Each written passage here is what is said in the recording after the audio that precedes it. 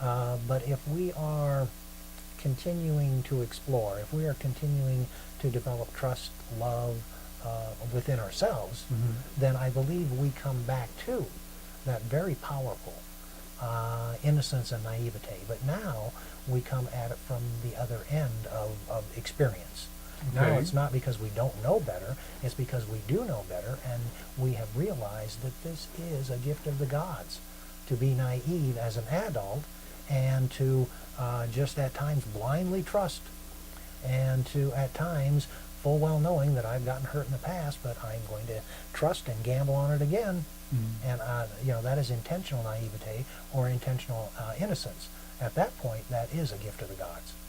Well, in some sense, it's about trusting the possibility that things really could turn out differently. Oh, absolutely, yeah. You know, and I guess to me the best gift of naivete is that the things we try because we don't know that we can't succeed, or because we don't know that our first work is not really going to be very good. Right. The point is, it's not particularly encouraging, but I thought once of telling myself each time I start a new project that I'm about to create the worst example of this I will ever do. In one sense, that it's kind of reverse psychology, that it's intended to give you freedom to make mistakes and so forth. Sure. If it does that, great. Sometimes it does, sometimes it doesn't for me. The point being that when I recognize the first one I ever do is going to be the worst, it's an expression of the expectation that if I do this more than once, I will improve each time. Yes. My first example will be the worst because the second one will be a little bit better, and the third one will be a little bit better yet. Yes. But without a certain amount of naivete and innocence, I wouldn't have the nerve to try. I think that's true, yes. To just put myself out there and do it, and if it's not very good, hopefully the world will be kind, but most importantly, the world will let me do my poor first example, so that I can move from that into a better second example and an even better third example, and so on. The corporate world has discovered the value of naivete. Okay. And some of the major corporations have realized that if they hire people from outside of the industry, people that know absolutely nothing about what this particular business does, that they can offer insights that their inside people could never come up with. Now, because they would look at things from a totally unique perspective. Yes, and one that really sticks out in my mind was Stanley Tools. I don't know if you're familiar with them. They make electric construction tools and measuring tapes and screwdrivers and hammers and all of that. And the board of directors hired a woman, which was very unusual for them. And she came in from, I don't know, telecommunications or something. Okay. And many of the board members were outraged that they would bring in a woman, number one, and that they would bring someone in from outside the industry. One of the first things that she did when she got there is, just kind of looked at things and says, "What's the matter with you fools? About 60% of women in the people in the hardware stores are women. And these drills and these screwdrivers, and they don't fit their hands." Something just that obvious. And most of them, I'm guessing, and they would sit around and one of those forehead slaps go, "Oh, duh, yeah."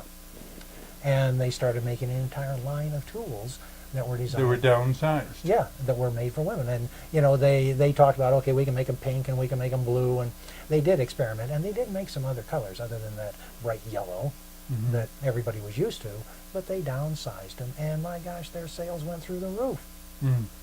And other industries, that was one of the first that I was aware of. Other industries realized, oh, okay, we can bring in someone that can see things totally differently. And I guess what gets me is when we have these wonderful discoveries and corporations don't seem to learn because they're so committed to the way it's always been done. You're right. Well, in most corporations, they're still doing it the way it's been done, well, even with and that big architecture success. is the same way.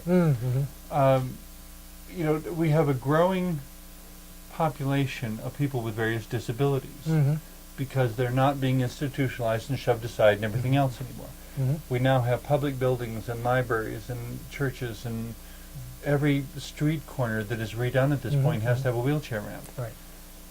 Still, it kind of makes me shake my head.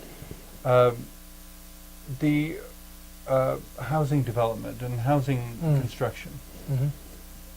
the number of houses that are being built that are not wheelchair accessible. Right, right. And I think that's most of them. I think it's most of them that I've seen. Yeah. And I don't understand why we haven't learned. Mm-hmm. And you're right, we haven't in that industry, that's for sure. Yeah. At this point in my life, I am not disabled in terms of mobility. Mm-hmm. I hope I never am. Mm-hmm. The past episode I recorded with a friend who has been blind since birth said the thing you have to remember about the disability population is that everyone is a candidate. Oh, that's true. I never heard that, but everyone is a absolute- candidate. Yep, that's a truth. Yes. Mm-hmm. Bearing that in mind, Mm-hmm. to me it only makes sense that we stop building houses that are not wheelchair accessible. Right. So that, be it disease, motorcycle accident, whatever, Sure. if you are ever disabled, you don't have to automatically change your address and go live somewhere else. Mm-hmm. Mm-hmm. You know, if you are now dealing with the major tragic adjustment of losing the ability to do thus and so, that you don't have to additionally lose what church you go to because it's a historic church that only has steps out front. Mm-hmm. Mm-hmm. Or so you're losing your social circle, you're losing your church services, you're losing the familiarity of home, and you're losing your ability. Mm-hmm. I mean, why do we have to make it so much worse for these people? It comes back to saying, you know, like the innocent child. Well, why build a chair with? Why build a house without a wheelchair ramp? Because then Uncle George can't come visit because he can't get in the house. I mean, in a way, it's discriminatory and a sort of mobility apartheid. It is. Because, I mean, for a number of years within my last relationship, we had friends. We had a good friend who was quadriplegic.